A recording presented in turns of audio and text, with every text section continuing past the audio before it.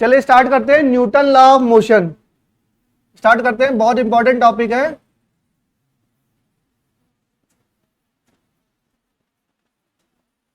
Newton law of motion.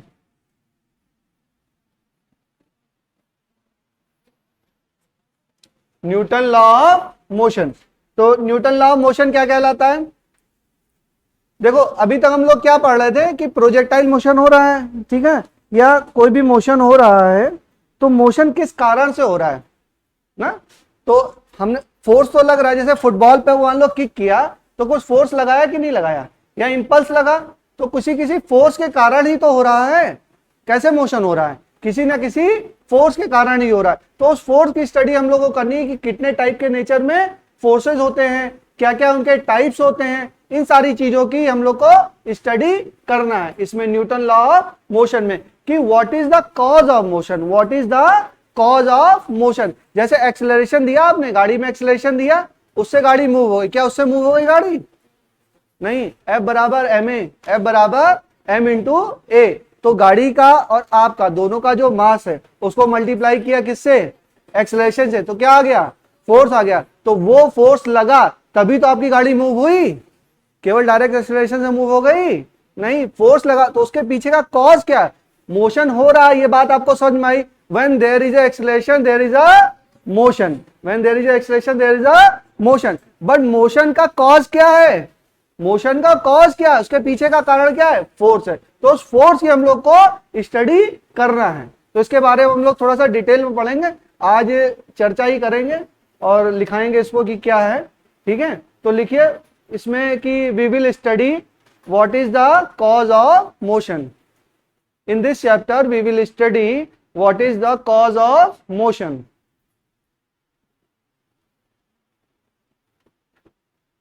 इसमें लिखो, Newton introduces a physical quantity which is force. Newton introduces a physical quantity which is force, which is force.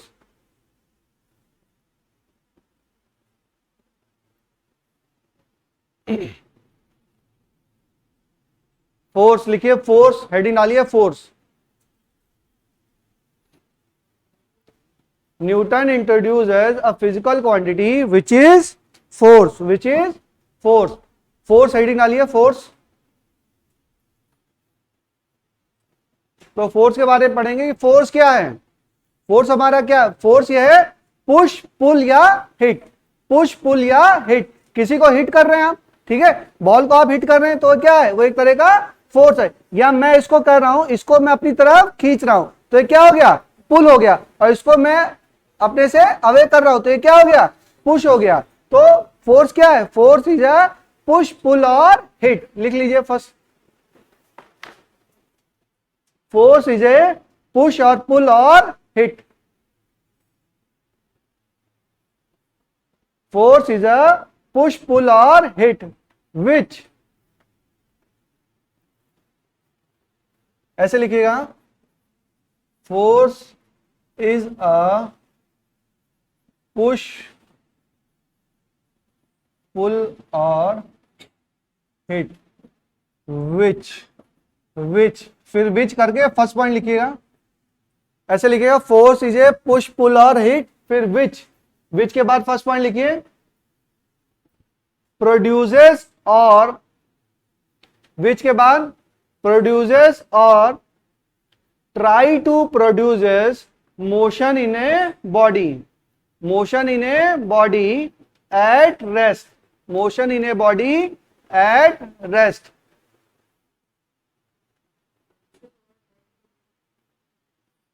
Force is a push और pull और a hit विच, विच करने के बाद first point लिखिए, produces और try to produces motion in a body at rest.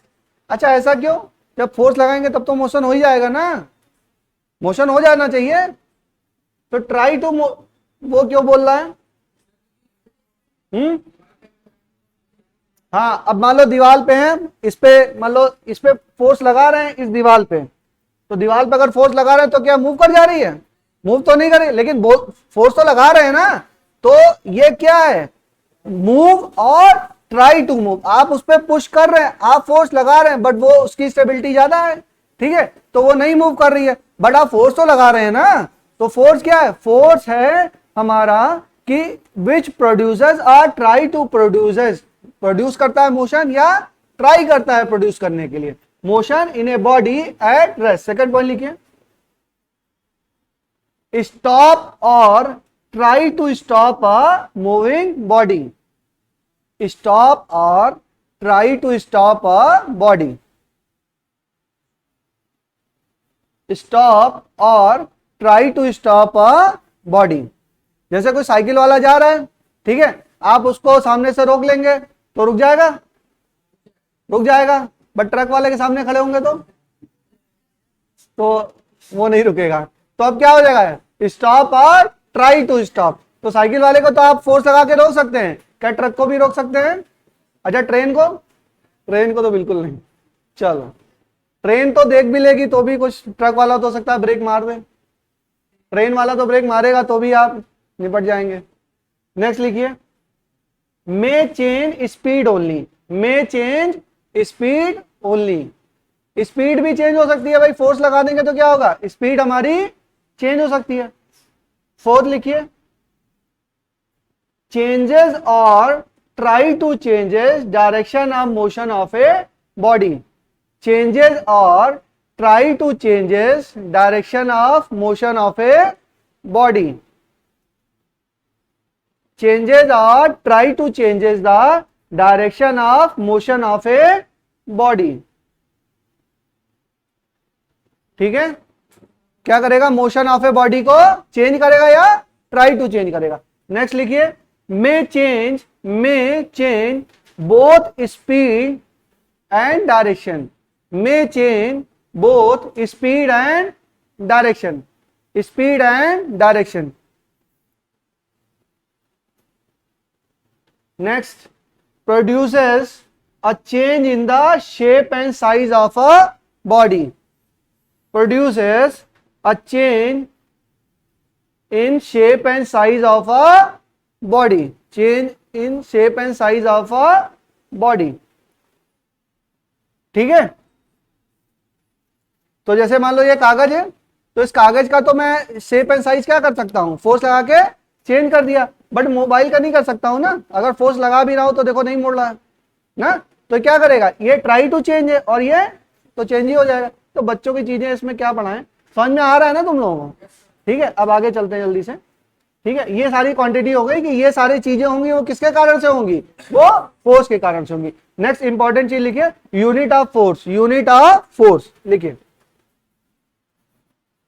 Unit of force. वैसे ये करा रखा है मैंने यूनिट एंड डायमेंशन में, फिर से कर लीजिए। क्या हो जाएगा, F बराबर ma होता है तो क्या हो जाएगा, kg मीटर पर सेकेंड स्क्वायर, kg मीटर पर सेकेंड स्क्वायर। ये क्या हो जाएगा, इसी को क्या बोल देते हैं, इसी को न्यूटन बोल देते हैं। ठीक है, ये कौन सी यूनिट है, एमकेएस यूनिट है। तो एमकेएस यूनिट में, एमकेएस यूनिट में यूनिट क्या है, केजी मीटर पर सेकेंड स्क्वायर, केजी मीटर पर सेकेंड स्क्वायर। अगर हम इसी को सीजीएस में करें, सीजीएस यूनिट में, सीजीएस में क्या होगा, देखो 1000 gram into 100 centimetre upon second, यानी कि 10⁵ ग्राम सेंटीमीटर पर सेकेंड का स्क्वायर। ठीक है, पर सेकेंड का स्क्वायर। तो ये क्या हो गया,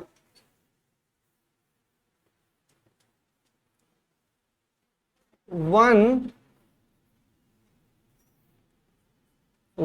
kg मीटर पर सेकेंड स्क्वायर बराबर 10⁵ ग्राम सेंटीमीटर पर सेकेंड का स्क्वायर, और 1 न्यूटन बराबर 10⁵ डाइन। 1 न्यूटन में कितनी डाइन? 10 की पावर 5 डाइन, ठीक है। तो dyne is the, dyne actual इसका प्रोनाउंसिएशन डाइन है, डायन नहीं है, ठीक है, ध्यान रखेंगे। ये क्या है? डाइन। तो डाइन 1 न्यूटन में 10 की पावर 5, डायन नहीं, डाइन, ठीक है। चलिए याद रखेंगे इसको। मतलब देखो, एक जो मेल राक्षस है वो 10 की पावर 5 डायनों के बराबर है, तो कौन ज्यादा भारी है? न्यूटन। याद हो जाएगा, मजाक नहीं, याद कर लो। न्यूटन साहब क्या है? डायनों के बराबर हैं। किसके बराबर? 10 की पावर 5 डाइन। सोच के देखो कितना हो गया? इकाई, दाई, सैकड़ा, हजार, 10,000, 1 2 1 लाख। 1 न्यूटन बराबर 1 लाख डायन ना, ठीक है। तो याद रखेंगे न्यूटन इज द, लिख लो, Newton is the MKS unit of force. Newton is the MKS unit of force and dyne is the CGS unit of force, ठीक है।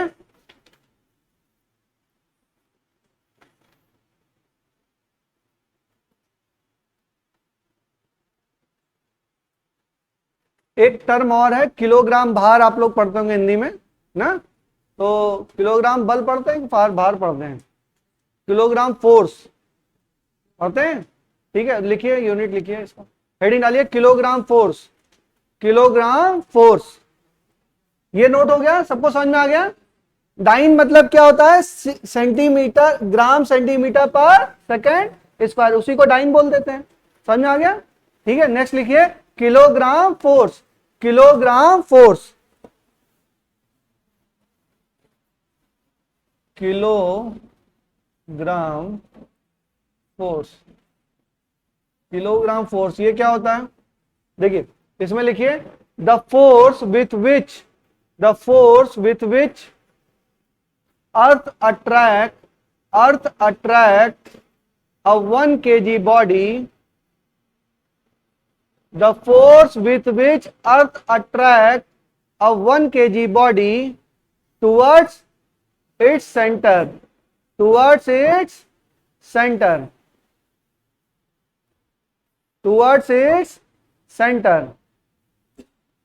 is called as kilogram force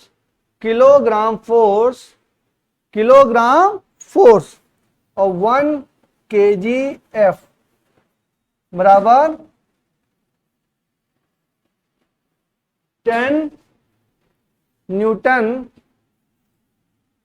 और 9.8 न्यूटन।